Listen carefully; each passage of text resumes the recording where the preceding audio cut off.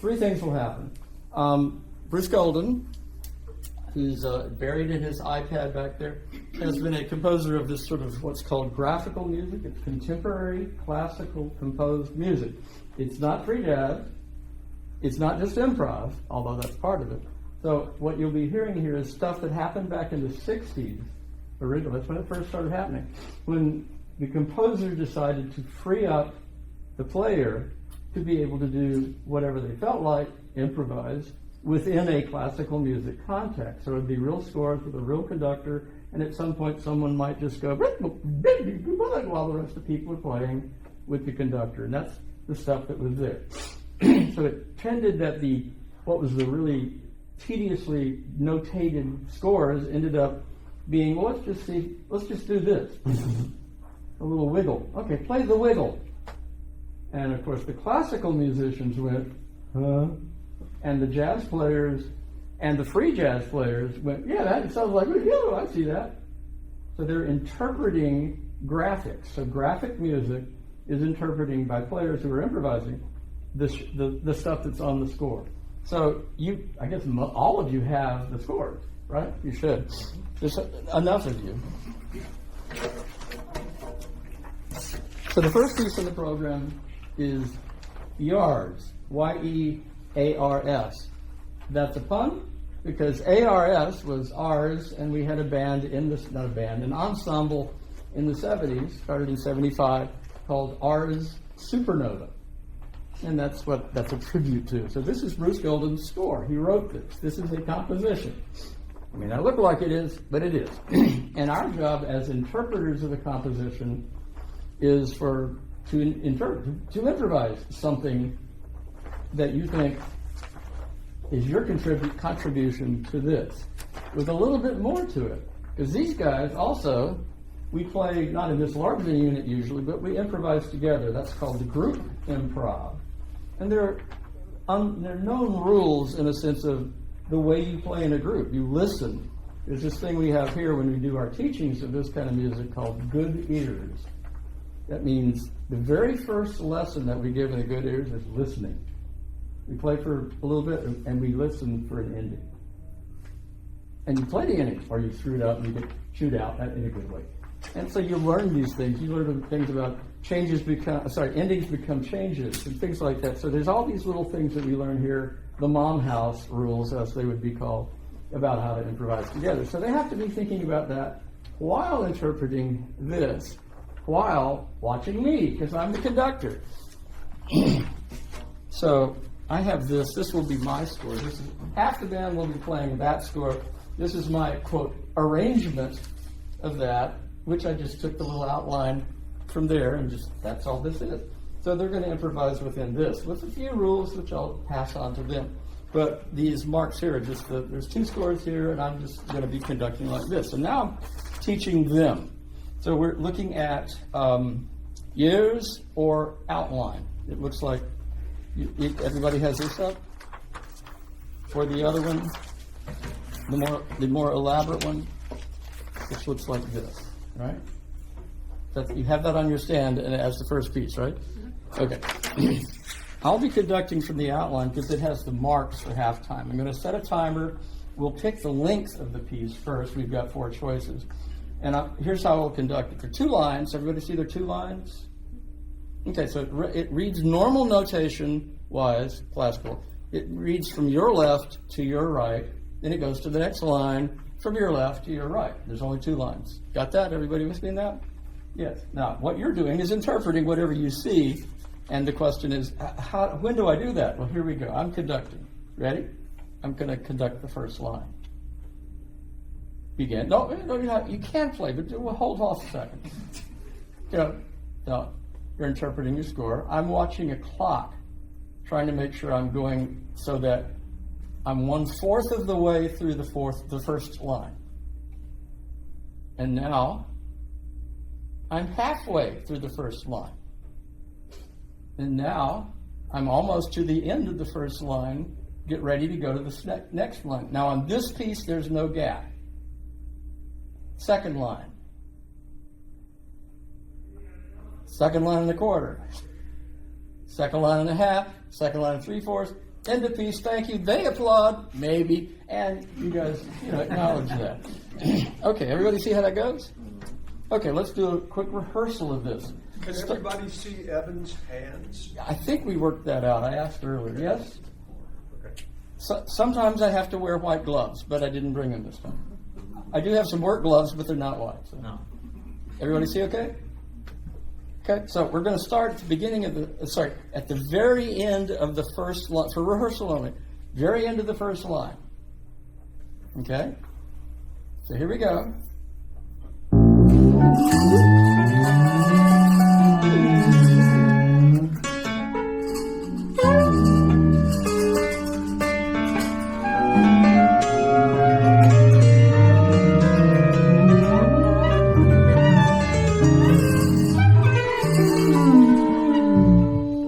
Was everybody at the end of the second line? No. I was going fast. That's one of the issues. This is an orchestra. You have to watch the conductor. Right? Lots of stuff orchestra. You got to watch the conductor, interpret your part, and in this case, even more. Group improvise. Okay? So let's try that again. I'm gonna do a really fast version of the whole piece. Now, it may be 8 minutes long during performance. We're still kind of deciding, but we'll see. Ready? Okay, so here we go. I'll say to them, blah, blah, blah, blah, blah, piece, blah, blah, blah, blah, blah, blah, and we'll go like this, and I'll get prepared. Everybody ready?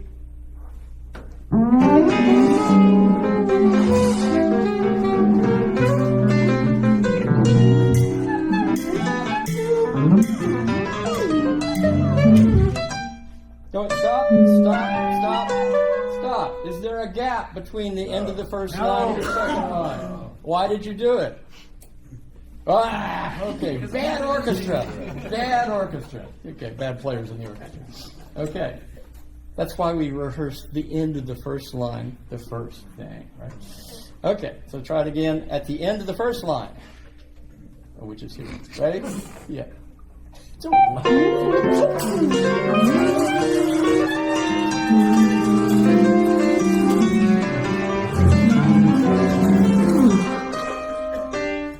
Somebody wasn't watching. Yeah. Okay, so everybody see how that's going to go. And there will be a tape. We call it a tape. It's actually a digital recording of Sophie de Montes playing with me duets over at Millsaps. We did several improvs. So there will also be a duet part of piano down there. Now, is this the one with the volumes? Yeah. Yes. Now, next, though, now that we see how the thing goes, observe the dynamic markings on your score. Can everybody read them? Yes? Does everybody read music enough to know what the dynamic markings are and what they mean? Yes? I think all of you are readers, right?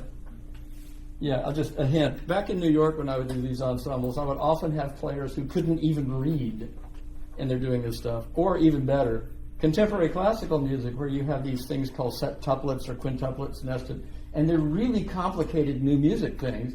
And I'd put this on the stand and they'd go, and we'd play it. It was great. But in New York, of course, I had 3 hours of rehearsal, a break, and then an hour and a half to perform. All the same day. We're doing it in the sign here. In 15 minutes, we're supposed to be done. Are these new people back there? You guys want score? You have scores and stuff? Can't tell. Yes? This group? You have a, let me do that. Let me get these out to them. Of course, I put them over here, right? Yep.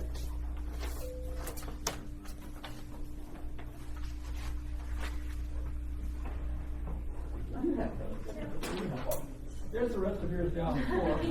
Thanks. No, those are mine. You pick those up. I got them for you. Wait, that's only one. Yeah.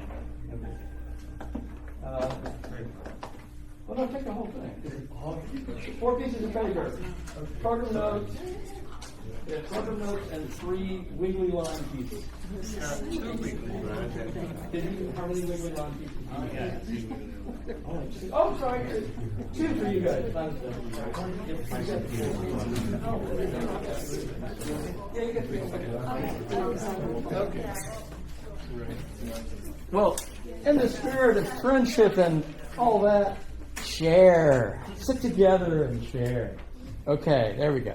We ready? Everybody at least have something to look at. If you want to, you don't have to. The other thing about program notes is good. When I did these larger concerts in New York, I would always make sure I had lots and lots of program notes, and on the front it said, something to read while listening to the music. Because that's what people do. They sit there reading their programs. It always bothered me, so I thought, okay. Just like John Cage, when he hated radio music so much that he wrote a piece called Radio Music, I think it was. And that was the idea. Okay, as these people are coming in, as you're coming in, find someone sitting there with stuff in their hands to look at so that you can share. Okay, I'll continue. All right, so everyone got the dynamics. Everybody know what that means. I am not going to, quote, conduct the dynamics. It'll just be in the time sequence. With me now? Okay. If I finish with that, let's see. I'm going to give instructions before each of the other two things. Anyway. Okay, Bruce, we're coming up quickly on the time issue, but what is the time? Because everything is starting late already. 2:57. Say it again. 2:57. 2:50. So we really only have half an hour plus a little to do 3 things. We're just going to go long. No, don't do that. No, I've already, Danny left. Well, whoever can. Say it again? Whoever can stay. You know. Well, nobody else is playing anywhere else immediately after this. Oh, that's another note. There are 3 versions of the sequence in different programs that you may have gotten. So we're going to do the best we can, I was told, just to sort of semi-ignore them, but they're close. So, and I don't know the differences. Okay, so I guess we're about to start. So this is Bruce Golden's Years, or Yars, or however you want to say it. How do you pronounce it? Well, it's pronounced years, Okay. but I also wanted to point out that the capital E Right. makes it ears. It is. Yeah, that one of the people who have the more elaborate graphic store, the title is on it, so you can read it from there. Or you can look on with someone else who does have it. Okay, we ready? What's our time, do you think? 6 minutes? Yeah. Okay. That means I gotta put on my glasses and get ready. Okay, volume down. Punch. Did I punch the right thing? Yes. It is playing. Stop. Okay, so I'm gonna let the keyboard start a little ahead of you. So this is me and Sophia. Okay. Go. Whoop. Come on.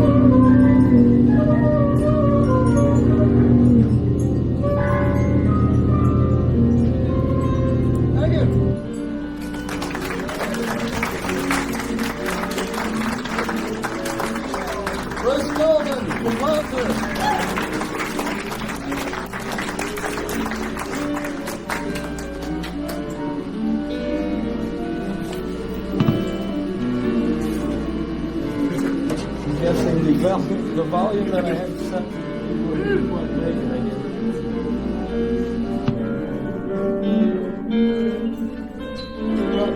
I thought this was going to be a lot louder than it is. As long as I did the rehearsal earlier, sorry. But this is something that's going to be playing everything else that I was doing. Okay, good enough. Now, we're moving on.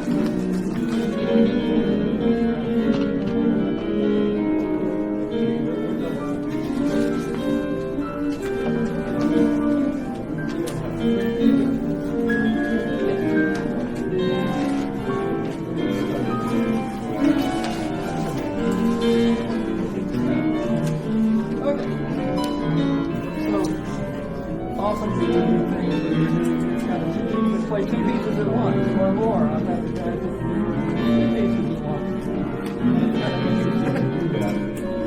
I'll just leave that. You can hear me over my the piano again, right? You can hear me? Okay. Yes? Not really, okay.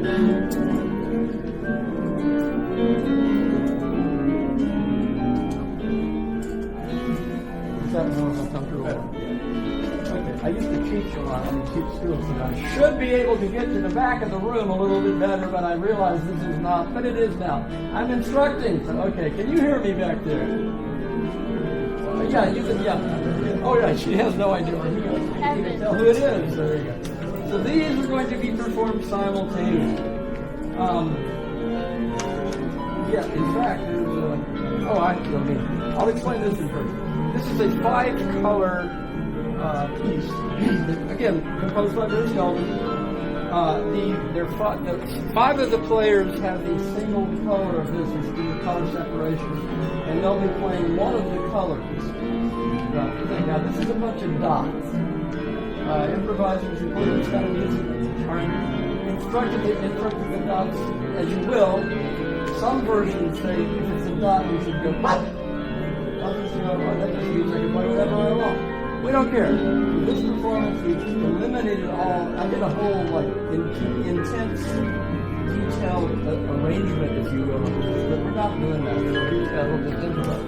So you'll hear this going on simultaneously with this, which is has a dear place in my heart because this is one of the very first of these kind of compositions that Bruce did ever in his life. We had a group called Orange Supernova back in 1975. It began. George is with it. Bruce and me, who are here. I mean, they are in the city. They're so this one, it's really, as you can kind of see, and you have the scores in front of you, it's a whole bunch of normal notation that a classical musician should be able to read. They're just little dots. They look like eighth notes and quarter notes, and there's one that goes by that. There's 5 of them. And they have a sort of interpretation. So the idea is that the players are supposed to interpret each individual rhythmic fragment as a unit. Okay, so I'm going to turn to them now because I'm instructing them too. So, and I'm talking about annGrf right now. I've done enough of the other guy.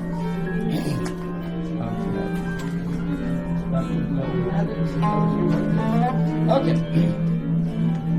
I guess I can stop the timer, right? Yeah, well, that's part of it. Let me turn this down a little more. Okay. So the interpretation for annGrf is that there's all these little tiny... sorry. I hit my timer again. There are all these little rhythmic fragments. You know, I'm talking to you guys. Rhythmic fragments now. So if you see a thing that looks like 3/8 notes and they're all at the same level, guess what that's supposed to sound like? Da, da, da. That was a slow tempo. It's up to you. You might want to go faster. Da, da, da. It's fine. You can go fast. That tempo is up to you. Volume is up to you. Pitches are up to you. All of that. With what's the caveat that I'm going to say right now, though? You have all this freedom, but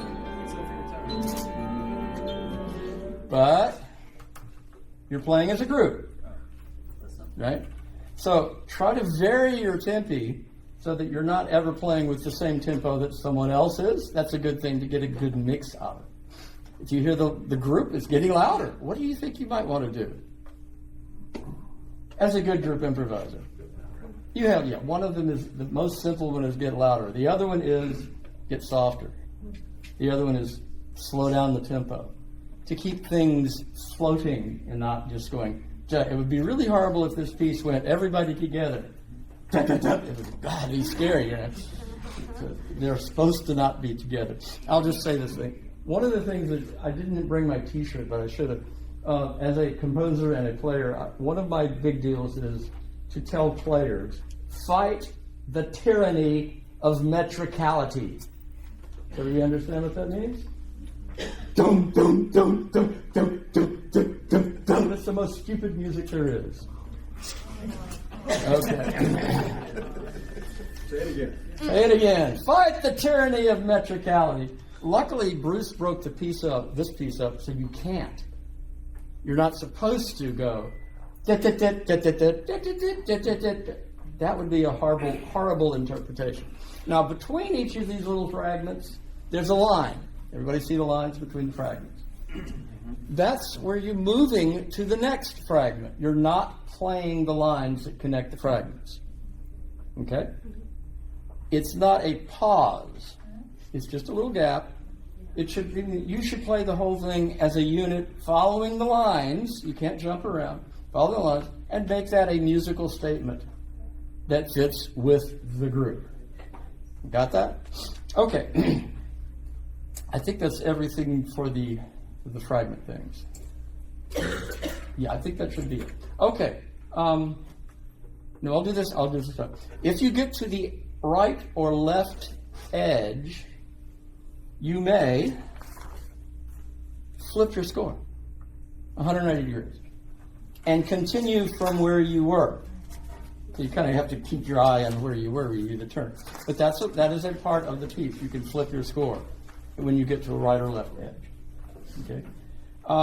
That's it for that. Okay, that's the standard for it. Now, there are 4 yellow parallelograms. Does everybody see those? Now, those are pauses. If you move into a yellow parallelogram, do we have a question? I don't have that score. Oh, no. You missed the part on the 2 scores. Okay. This is the simultaneous, you're playing 17 for 5, right? You got 17 for 5. Yeah, 5 of you have 17 for 5. You'll hear. You don't need it. Yeah, I'm talking about annGrf. This is the and, which I gave the score back. Not the other one.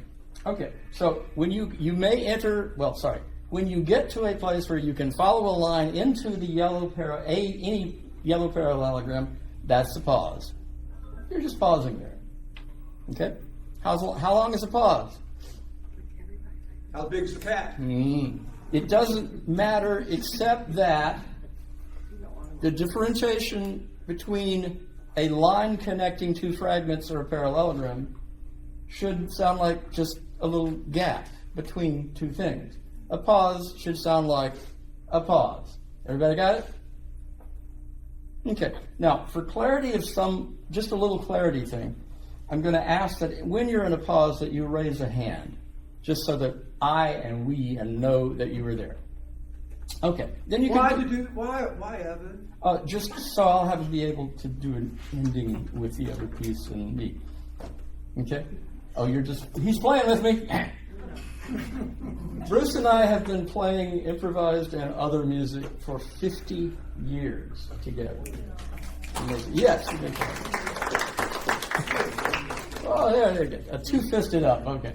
And some of the audience has actually been around with us for that. Maybe since the old Capitol. The old Capitol, yeah. We did the first Ars Supernova concert was in the old Capitol Museum in the North. House of Representatives. House of Representatives, yes. So that was it. It was a pretty weird concert for them, but we did it. Okay, so we've done that. We did those. Okay. Normally, I say normally because we're doing these simultaneously. Normally the piece ends, annGrf ends, when all players have entered a yellow parallelogram and are pausing. So that would be the end. If you notice, that would be, but not today, because we're doing the other piece also. I may have to, depending our time and all that other stuff, I may have to kind of get us to an end. I'll figure out how to do that, or I'll just go, stop, never mind. And then we just stop and I say thank you, and you hopefully applaud. Okay, everybody got all the ways you do it, right? And I'll emphasize again that it's a group improv. Good ears. Listen to what's going on around you as you're playing, or if you. So you could even within if you have that, and you hear that suddenly the group got softer, but that's how fast your ears need to react to what's going on with you. Okay, Bruce. Anything else? Did I leave something out? I think that's it. I think that's it. Okay. So this is Bruce Golden's 1745, simultaneously formed with Bruce Golden's annGrf. Oh, I know the other thing. 1745, instructions to the orchestra. Well, the quintet, yeah. Okay, whoever's playing 1745. There's a black dotted dash line. Do you want to explain that? Oh, I did. That's I have to do. I'll turn around for that. Okay. Okay. Did I say that annGrf was one of the very first pieces Bruce ever wrote in this vein? Yes, I did. Okay, good. So that's good. All right. Now, I don't know if maybe y'all noticed that in my conducting of the first piece, I didn't move exactly the same. You see that? Okay. Players in 17 for 5. You see the little black dotted line in the middle of a clump. There are 17 little clumps. They don't look much like clumps, but they are. But there's a black line in different places for each clump. This is just for the quintet, yes? So the first quintet is pretty long, and so it'll be long. So I'm doing this again. And I'll be doing this for each of them. I'm going to lose count. Great. And some of them move pretty fast. It's a little short like that with lots and lots, and it'll go about like that. And of course, your job is to follow the dots, improvise the dots with us while we're doing that. The black lines are the middle of your register. Right. Your range. So that was we talked about that. Okay, but it also the black dots. The closer they are together, the quicker the tempo. So if you see dots that are spread farther apart, that would be a slower tempo. Dots that are closer together, a much quicker tempo. So. And I'm going to hopefully do that also, except that I can barely read this in this light. So we'll just kind of. We planned it that way. Yeah, I know, of course. Because I'm standing in my own shadow. I could conduct like this. That'd be weird. So I could do. Question! All right, finally we have a question. And you can have questions. You can ask questions also. Go ahead. I get that we're supposed to play the color dot, but can we play the dotted dot? The dotted The answer to that, my interpretation is no. Because that becomes metrical. Okay, sure. That's metricality. And what's the rule? Well, then why did you write it that way? I didn't write it. Know it! I wrote it! Thank you very much. I'm just interpreting it. Yeah, Fair enough. yeah. That's a cue to the conductor. And I will probably screw up and lose track of which number we're on, but that's okay. Okay? Good with that. How much time do you have? What is the current time? Current time is 3:17. Oh, And what time are we supposed to stop? 3:45. 3:45. 45. Thank you, Jamie. 3:45. Officially, we stop at, wait. 3:30. Right. We had 2:30 to 3:30, so we're giving you the extra 15. Okay. Got it. Ready? Can you believe I haven't killed him in 15 years? There were some words back then. He's worth it, I Yeah. swear. Okay, so now the people playing annGrf ignore my conducting. You're on your own. Does everybody know the rules for annGrf? Yes. And even if you all playing annGrf get into a yellow parallelogram simultaneously, that's not the end. It should be, and if you want to kind of gather your thoughts and go, let's quit. Yeah, that's fine. I'll just keep going. If you want to do that, it's fine too. I have a hand. Mr. Max left. I was just, color, space, raise hand. I'm just practicing. Oh, you're just practicing. Oh, for a parallelogram. Yeah. So if you see, if you're playing the parallelogram version and you see everybody's hand up, look at each other and say, should we stop? And I know your answer will be, no, of course I can't. I'm going to keep playing, of course. Until I get to a Yeah. parallelogram. No, when they're all in a parallelogram, and then they see each other, and then they make a group decision outside of me, unless it's time to end the other piece. You'll feel it. Yeah, and I also can end the other piece whenever I want. So I'll just cut everything off if it completely falls apart, especially in my part because I can't read the score. Okay. I do have glasses. Let me put my glasses on. Yeah, I may be doing this a lot. Yeah. Okay, well, that's that. We did that. Now, the other thing is I had mentioned that I wasn't doing the same thing at the same tempo. So on this one, I may be doing like the first one is a pretty solid black dot. I can't even see the other one. So the first one is kind of like this. That's the first clump of dots, pretty fast. Second clump is a little slower. And so I'll be doing that for each of the dots with this one going to the next clump, right? Next clump, and then it could be like this. I'll be coming together by the way. Now the other good thing for me is I could be doing this. Ready? Here's a clump. Everybody's playing, and I can go back up, and I can go forward again and back up, and then wiggle and okay, play that over and over, and then go over here and we're going really slow and then suddenly, and then let's get okay. Now I'll go to the next one. So interpret that. Now I would prefer when I go backwards that you repeat what you just played backwards. Yes? In a perfect world. Yeah, in a very perfect way. Yeah, the electronic version of it is, pretty boring actually. Although there is randomization of the progress, which is kind of fun.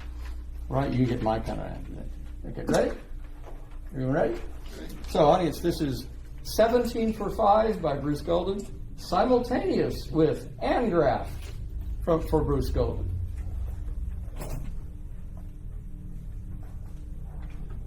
annGrf can start whenever the hell I want. There you go.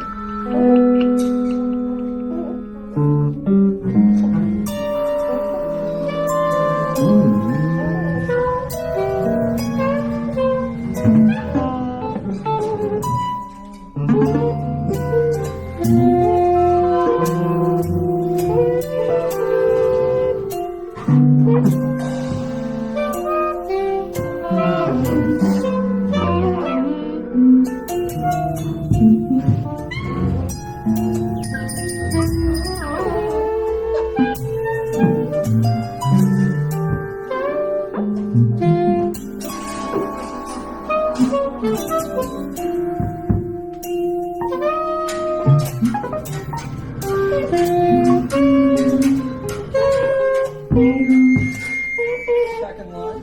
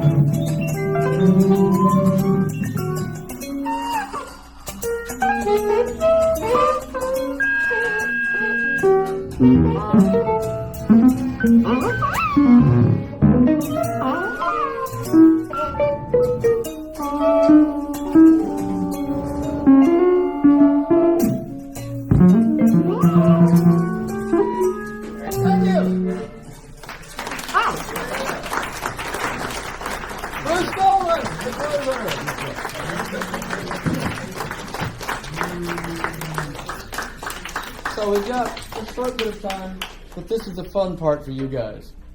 This is one of the, we were requested to make sure we had some audience participation. So, you will not find the score in your packet. It has no score.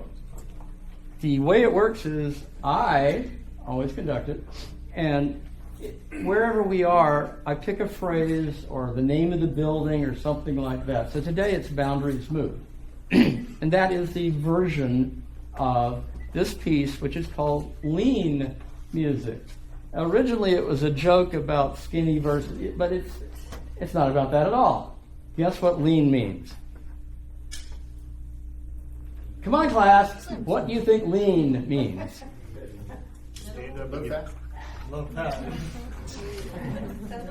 What am I doing? Leaning. Now still, what am I doing? And what am I doing now? Okay, now, I will be conducting, and I'm going to be this way.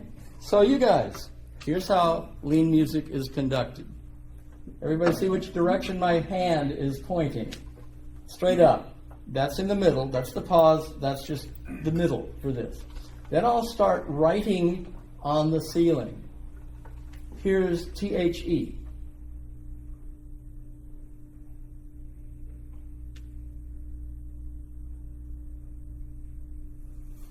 There's the first. That was T.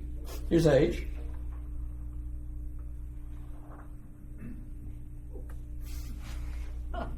End of H.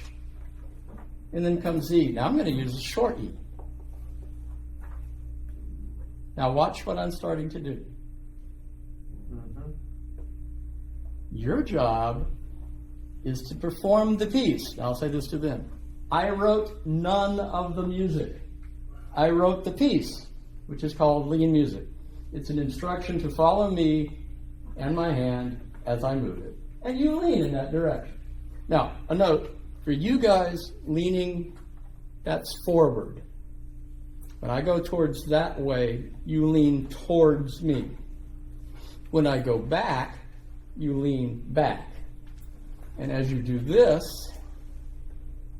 you can figure out which direction. Now, one of the wonderful confusions is a lot of people get it wrong and they bump into each other, which is great. That happens, that's fine. Now, for you guys, if I'm going this way, you lean forward. I do mean that. You are all invited to perform the piece with me. You can stand, you can sit. George has an issue with his back, that's why he left. So you can perform the leans with me as I conduct. I won't know what you're doing. You might get it wrong. I don't care. That's the idea. But you can perform this composition with me.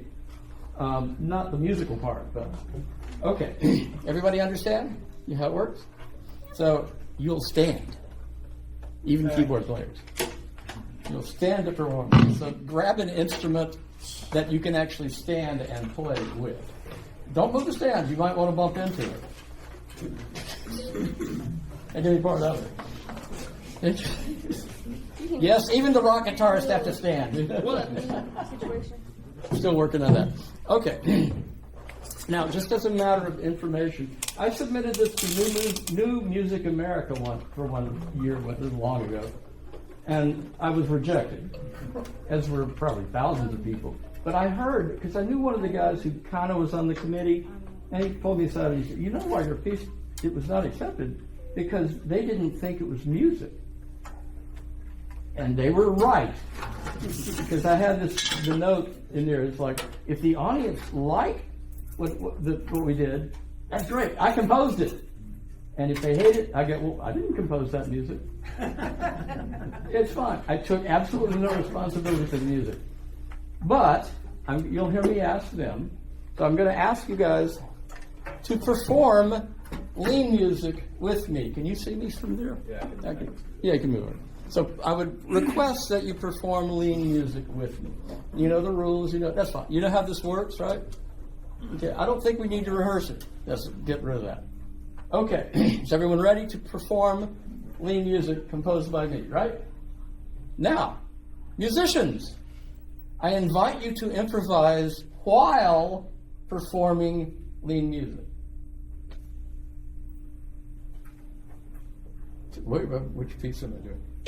Okay.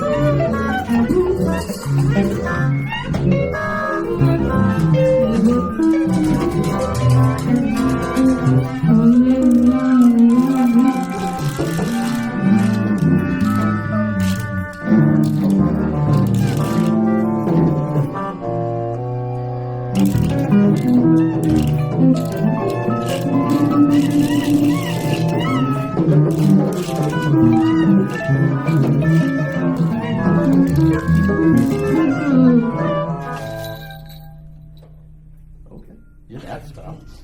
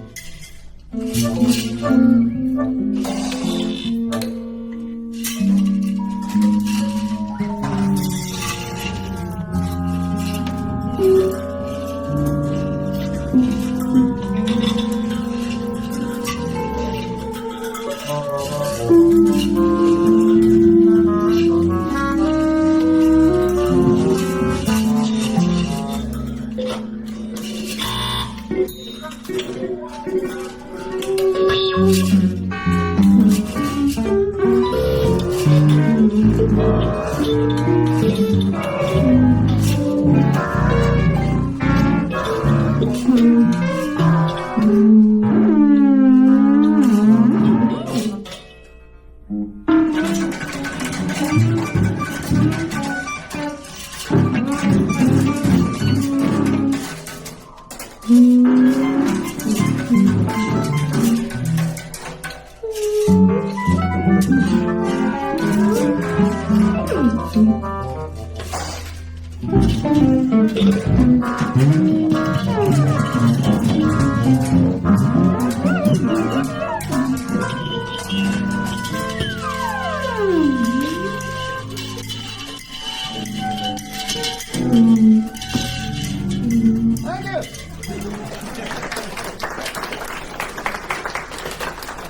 Just a couple of notes that I need to make sure I said this about.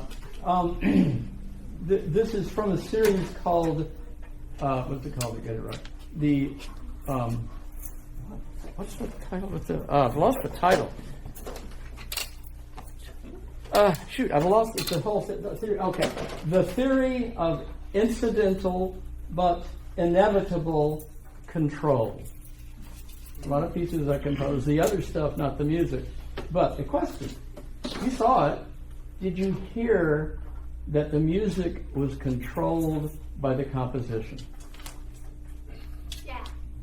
Okay, one good audience. All right. Yeah, at least you had fun watching. How many people were standing and doing? Yes? Yes? I'm going. You didn't do it. I'm just curious. There's got to be a couple of dancers in the audience. Okay. Anyway, so thanks for coming out. Thank you. And there's more going on. So look at